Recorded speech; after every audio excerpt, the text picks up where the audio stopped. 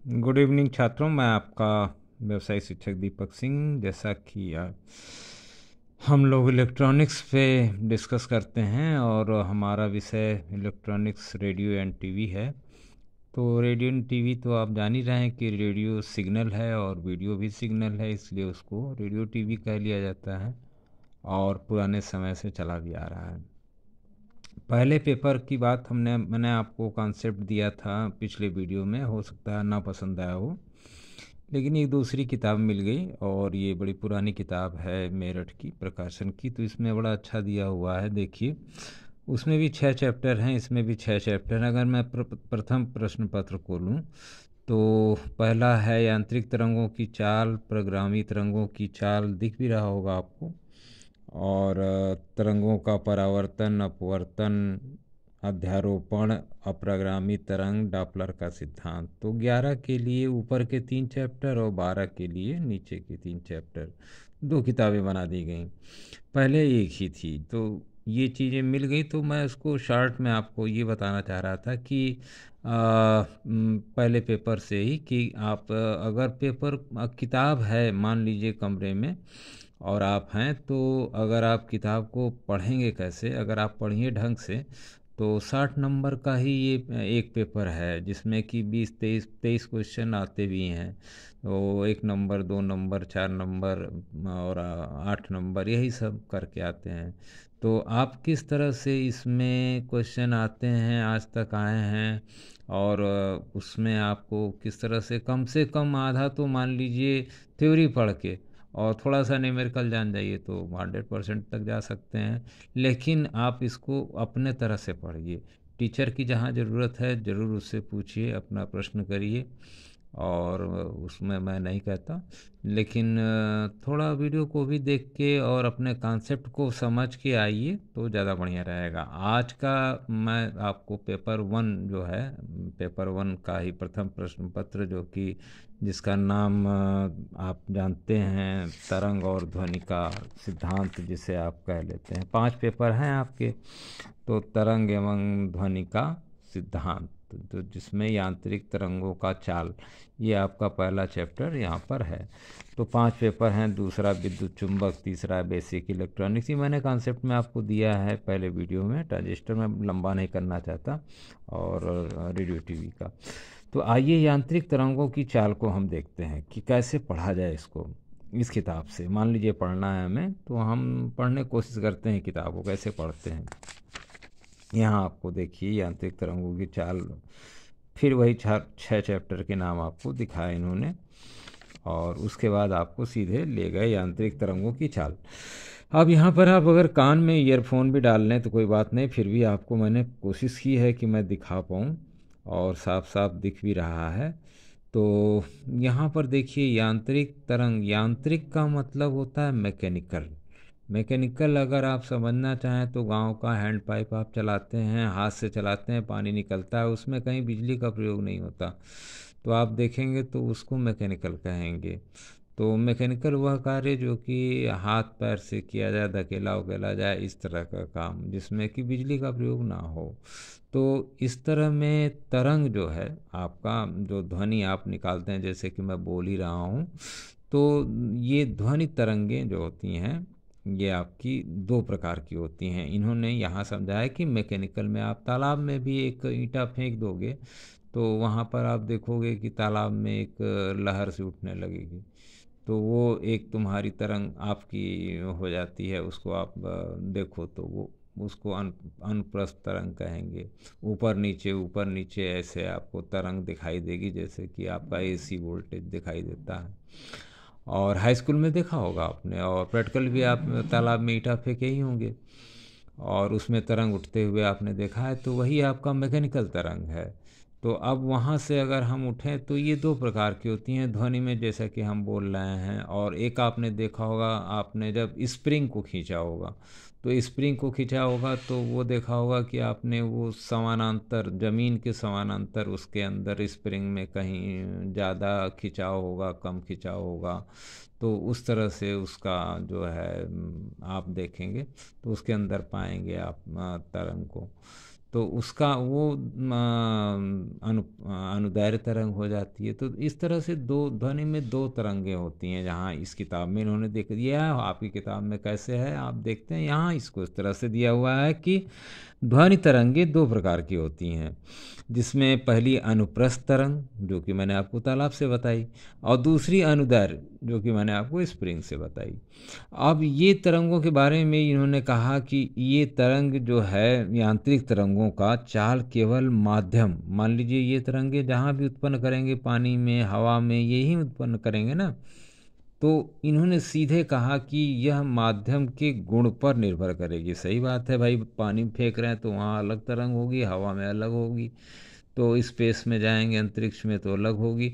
तो हर जगह ये उनके माध्यम के गुण पर निर्भर करेगी, और ना कि तरंग की आवृत्ति, आयाम या आकृति। ये चीज़ आगे हम बताएंगे आपको। आवृत्ति, आयाम जो है इसको आप पिछले वीडियो में भी देख सकते हैं कि आवृत्ति क्या है, आयाम क्या है तरंग की। तो यहाँ से आप इसको समझ भी सकते हैं, मेरे और वीडियोस में हैं भी। और इसमें बाद आपको न्यूटन साहब आए, इन्होंने अपना एक सिद्धांत बनाया, और इस सिद्धांत के हिसाब से इन्होंने अनुप्रस्थ अनुदैर्ध्य तरंगों को एक कहा कि भाई इनकी चाल का जो है उस पर अनुसंधान किया, और उन्होंने इसको जो है गैसों में ध्वनि की चाल के लिए एक सूत्र निकाला, और जिसको कि अक्सर पूछता है कि न्यूटन साहब का सूत्र क्या था। तो ये देखिए यहाँ नीचे दिया हुआ है v बराबर करणी में p/t। तो इस यहाँ सीधे है कि वायु में इनका कहना था कि गैसों में ध्वनि की चाल के सूत्र अगर हम निकालते हैं तो प्रत्यास्था गुणांक को इन्होंने लिया, और उसको लेके इन्होंने 0 डिग्री वायु मतलब टेम्परेचर को 0 डिग्री रखा, और घनत्व जो होता है ये वायु का आपका फिक्स है 1.29 kg/m³, ये आपका फिक्स है, और दाब भी आपका जो है 0 डिग्री पर फिक्स है 1.013 10⁵ Nm/m²।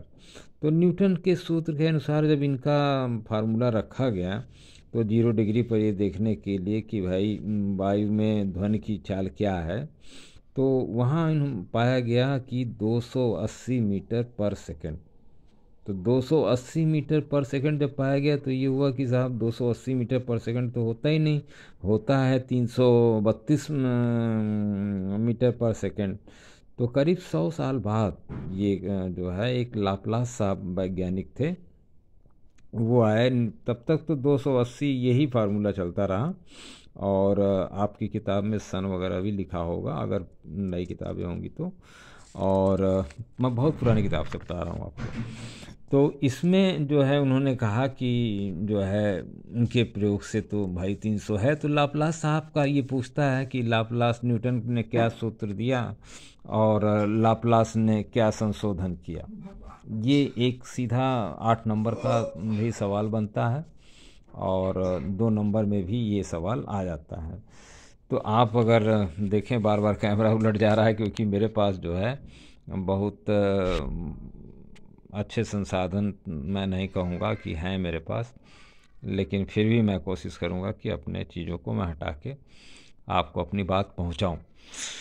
तो यहाँ पर लाप्लास साहब आए, तो लाप्लास साहब ने कहा कि भाई साहब ये तो बहुत ज़्यादा है, मतलब इसमें जो है ये रुदोष्म प्रक्रिया है, प्रत्यास्था प्रक्रिया नहीं है, यह क्या है, रुदोष्म प्रक्रिया है। ये देखिए यहाँ पर साफ साफ लिखा हुआ है, रुदोष्म प्रक्रिया है। बस एक लाइन, बस इन्होंने, क्योंकि न्यूटन ने समतापीय और माना था, और इन्होंने कहा कि नहीं साहब ये रुदोष्म है। तो अब रुदोष्म होने के नाते इन्होंने एक छोटा सा चाल की गणना के लिए वायु के लिए एक सूत्र दिया गामा, जिसे लाप्लास का नियतांक भी कहते हैं, और उसका मान रखा 1.41। तो यही इन्होंने संशोधन किया। अब इनका संशोधन क्या रहा कि लाप्लास साहब आए और उन्होंने रुदोष्म कहा, बताया कि नहीं ये रुदोष्म प्रक्रिया है, समतापी नहीं है, न्यूटन साहब ने बताया जो, और इसके लिए ये नियतांक आपका 1.41, 100 साल बाद, सोचिए। और फिर उसी सूत्र पर देखिए जो आपने पीछे रखा है वैसा रख के और नीचे जब काटा पीटा तो ये आपका मान लीजिए आप रख लेते हैं, नहीं काट पीट पाते हैं कोई बात नहीं, लेकिन सीधे 332.5 मीटर पर सेकंड आ गया। तो इससे जो है यह सिद्ध हुआ कि नहीं साहब लाप्लास साहब का संशोधन इस प्रकार रहा और उन्होंने बस गामा को करड़ी में जोड़ा जिसका मान 1.41 है। अब सवाल उठा कि भाई जो है ध्वनि की चाल पर जो है ताप दाब का कुछ प्रभाव भाव होगा, तो ज़रूर होगा साहब। दाब में भाई अभी इस समय आपका जाड़ा चल रहा है तो आप कोहरे में ज़ोर से बोलना पड़ता होगा आपको, तो आपकी वो आवाज़ ही धीमी जा रही होगी, दूर तक आपको ज़ोर से सुनाई देता होगा। ताप पे भी प्रभाव पड़ेगा, बिल्कुल ताप बढ़ेगा तो जो भी आपकी ध्वनि की चाल प्रभावित होगी, आर्द्रता पे भी होगी और गति पर भी होगी, आवृत्ति पे होगी। लेकिन यहाँ पर हम दाब का देखते हैं और ताप का। तो दाब का इन्होंने सीधे बताया, मतलब कि दाब का सूत्र तो इन्होंने दिया ही और ताप का भी सूत्र दिया। तो दाब का सूत्र इन्होंने दिया कि देखिए फिर टेढ़ा हो गया, आप लोग थोड़ा सा वीडियो मैं अपनी तरफ से हिलाने की कोशिश करता हूँ लेकिन ये कुछ हो जा रहा है इसके अंदर अपने आप से, और फिर भी मैं कोशिश करूँगा कि इसको सीधा किया जाए। और तो यहाँ पर 4-5 कारण हुए आपका ताप और दाब का प्रभाव जो है आपका ध्वनि की चाल पर आपको देखने को मिला। तो आप यहाँ पर देखें तो जो चाल है आपकी वो ऊपर करणी में पी के बराबर दिखाई दे रही होगी, नीचे बटा डी, ये तो सूत्र ही आपका लाप्लास साहब का हुआ। तो सीधे इस सूत्र से भी आप देखेंगे तो आपको दिखाई दे रहा होगा कि नहीं साहब जो है चाल जो है करणी में पी के समानुपाती होगी। तो और जो है साहब ताप का क्या होगा, तो ताप जो होता है यह जो है आपका यहाँ आप एक लाइन में आपसे पूछता है कि ताप 2 नंबर के सवाल में कि ध्वनि की चाल जो है ताप का क्या संबंध है, तो आप आराम से बता सकते हैं कि ताप बराबर करणी में मतलब ध्वनि की चाल बराबर बराबर नहीं समानुपाते करणी में टी, मतलब अगर इसको बराबर लिखना है तो आपको V1/V2 बराबर T1/T2 करणी में दोनों, ठीक है, इस तरह से लिखना होगा जैसे ऊपर लिखा हुआ है। तो नीचे आप ये आप बता सकते हैं 2 नंबर में, और इस पर सवाल भी हो सकता है तो छोटा सा। तो आप इसको आगे देखते हैं, हम पहले थ्योरी को देखते हैं कि इससे आपका एक सवाल तो मिलता है बड़े आराम से कि तरंग में आपको पहले निश्चित पूछेगा कि तरंग क्या है और कैसी है, कितने प्रकार की हैं, ये छोटे छोटे सवाल हो सकते हैं, और लाप्लास साहब क्या थे और कौन थे, न्यूटन साहब ने कैसे संशोधन किया, इस तरह के सवाल आपके बनेंगे इसके अंदर निश्चित रूप से बनेंगे। और ध्वनि की चाल ताप दाब का प्रभाव किस पर पड़ता है तो उसका कुछ आप बताइए, सूत्र दीजिए। और दाब का प्रभाव तो सूत्र से दिख रहा है आपको कि दाब का प्रभाव करणी में है और ताप का प्रभाव जो भी वो भी हमारा करणी में है, और वो भी हमारा जो है T1 V1/V2 मतलब प्रारंभिक वेलोसिटी, और जब ताप आप बढ़ाएंगे तब। और टेम्परेचर कौन सा, जीरो का मतलब ये मत समझिएगा, जीरो का मतलब ये है कि 273 डिग्री सेंटीग्रेड में आपको दिया रहेगा, मतलब अगर आप 23 सेंटीग्रेड दिया है तो उसमें आप 273 जोड़ेंगे तो वो केल्विन हो जाएगा। तो केल्विन में करके फिर उसको जो है आप गुणा भाग करेंगे, तो करणी है इधर तो इधर वर्क कर दीजिएगा, तो इधर ऐसे। अगर ये हाई स्कूल की चीज़ें हैं 6, 7, 8 में आपको पढ़ाया गया होगा, तो इस तरह से आप इसका सवाल भी कर सकते हैं। आगे हम देखते हैं, सवाल को भी हम लेंगे, लेकिन पहले हम एक चैप्टर को आपको फिर पढ़ना बता रहे हैं कि इसको ऐसे देखिए आप। तो अब आपका आ जाता है सीधे आंकिक पे आ जाता है, और आ, अनुप्रस्थ मान ली स्प्रिंग वाले चाल के लिए इन्होंने सूत्र दिया कि स्प्रिंग, जो मैंने आपको स्प्रिंग का उदाहरण दिया है, तो उन्होंने एक लंबवत जो है खींच के डोरी को आपको दिखाया और डोरी को लंबवत खींचा। स्प्रिंग को हमने समानांतर खींचा था, इन्होंने लंबवत खींच दिया। मैं भी इसी तरह हो जाता हूँ। तो इस तरह से खींच के इन्होंने करणी बी चाल बराबर करणी में टी बटा एम दिया। टी मतलब वो डोरी में पड़ने वाला तनाव हो गया आपका, और नीचे आप जो भार लटका रहे हैं वो हो गया।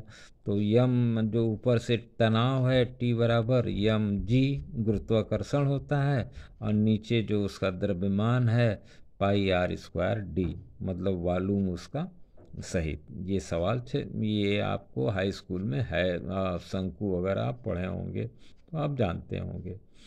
तो ये आपका जी आपका बता ही दिया, डी डोरी का घनत्व है, और इस तरह से आपका इन्होंने इसको भी एक बता दिया। अब यहाँ से आपका शुरू होता है सवाल। हम सवाल को देखते हैं। मान लीजिए कोई एक छोटा सा सवाल लेते हैं। अब मान लीजिए हम यहाँ पर आते हैं, एक छोटा सा सवाल। ऐसा नहीं कि आपको हम कागज़ कलम लेके ही समझाएंगे ब्लैक बोर्ड से, आप ऐसे भी देख के समझ सकते हैं। देखिए आपको दिया रहता है एग्जाम्पल में कि किस ताप पर, मतलब कौन से टेम्परेचर पर वायु में, अक्सर पूछता है, वायु में ध्वनि की चाल 27 डिग्री सेंटीग्रेड पर वायु में ध्वनि की चाल की 1.5 गुनी हो जाएगी।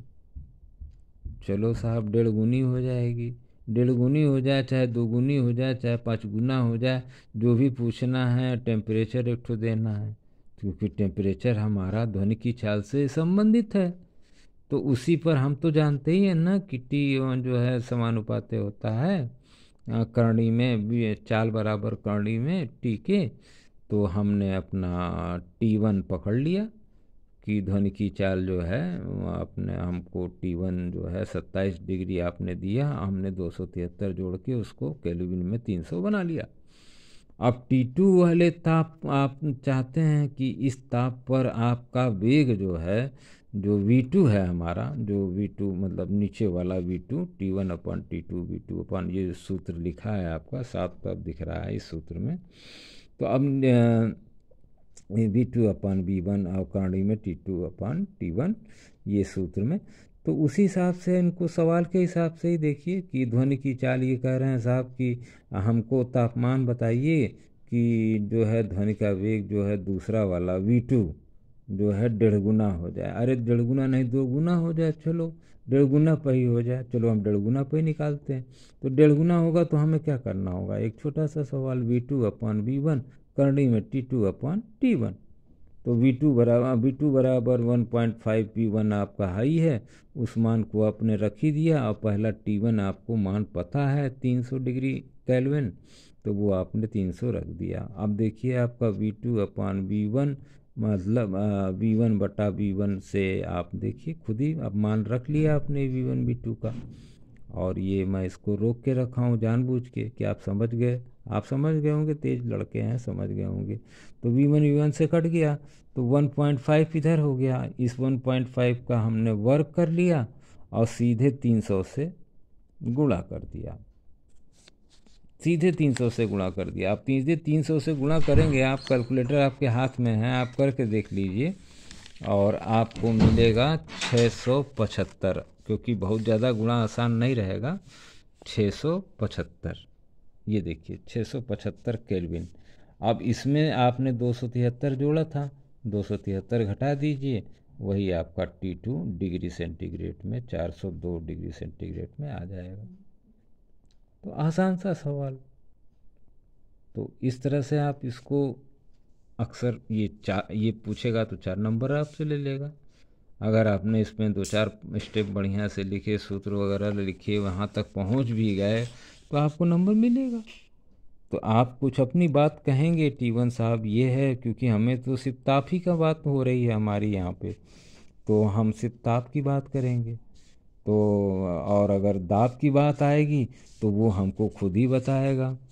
तो बता ही रहा है, देखिए उदाहरण नंबर 2 में कि इतना न्यूटन मीटर पर वायुमंडलीय दाब है और घनत्व तो इतना है और इतना गामा है, तो ध्वनि की चाल ज्ञात करिए। तो करड़ी में आपने मान रख दिया और वो मान रख के न्यूटन पर मीटर स्क्वायर गामा और रखते हुए आप यहाँ पर घनत्व जो है जब आप मान रखेंगे तो यहाँ पर ये चीज़ इतना सूत्र हल करते करते 332 वाला ही सवाल है, तो 330 आपका आ गया। तो इस तरह से सवाल भी आप लगा सकते हैं, ऐसा कोई बहुत नहीं है, लेकिन थ्योरी में आप आराम से देखिए। न्यूटन के सूत्र में लाप्लास को क्या क्या संशोधन करना पड़ा, तो रुदोष्म समतापीय करना ही था, और उसके बाद अपना गामा 1.41 करड़ी में इन्होंने दिया, उनके सूत्र के साथ प्रेशर पावर के जो दबाव है, दाब बटा घनत्व जो उन्होंने दिया था। तो ये चीज़ ये अक्सर पूछता है और कई तरह से घुमा के पूछ सकता है। तो न्यूटन का सूत्र दीजिए, तो अब किस ताप पर आप जानी जाएंगे। अब देखिए किस ताप पर वायु में ध्वनि की चाल 20 डिग्री, यहाँ वहाँ 23 था, यहाँ 20 है, की चाल 1.8 गुनी हो जाएगी। उत्तर भी आपको 676 दिया है, आप चाहें तो लगा के देख सकते हैं। मैं नज़दीक से इसको कर देता हूँ, तो सवाल भी लगा सकते हैं, वरना थ्योरी तो इसमें मान के चलिए कि 4-5 नंबर तो एकदम कवर हो रहा है। इसलिए मैं वीडियो ख़त्म करना चाहूँगा, और छोटा सा किताब था और छोटा सा चैप्टर था, इसलिए मैंने कहा कि कॉन्सेप्ट है। आपके पास बड़ी किताब भी है, ChatGPT है, AI है, आप बहुत चीज़ों से पढ़ सकते हैं। थोड़ा इसको भी सुन लीजिएगा, और गलती हो तो माफ़ करिएगा। Radio and TV।